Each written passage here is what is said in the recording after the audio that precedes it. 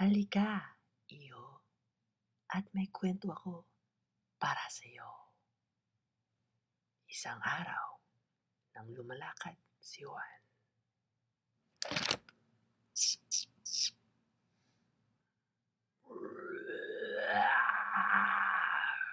Halika, iyo.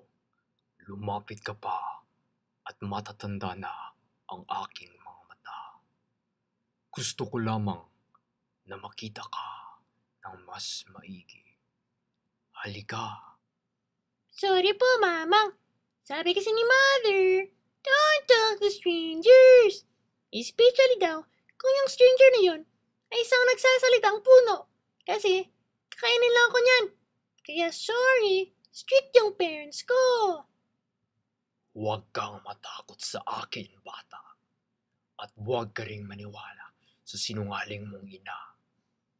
Ayaw niya lang na may kaagaw siya sa aking mga matamis na prutas at bunga. Maglaro ka sa ilalim ng aking mga sanga kung saan maginaw at saka kumain ka ng aking mga bunga na matamis pa sa candy. Halika.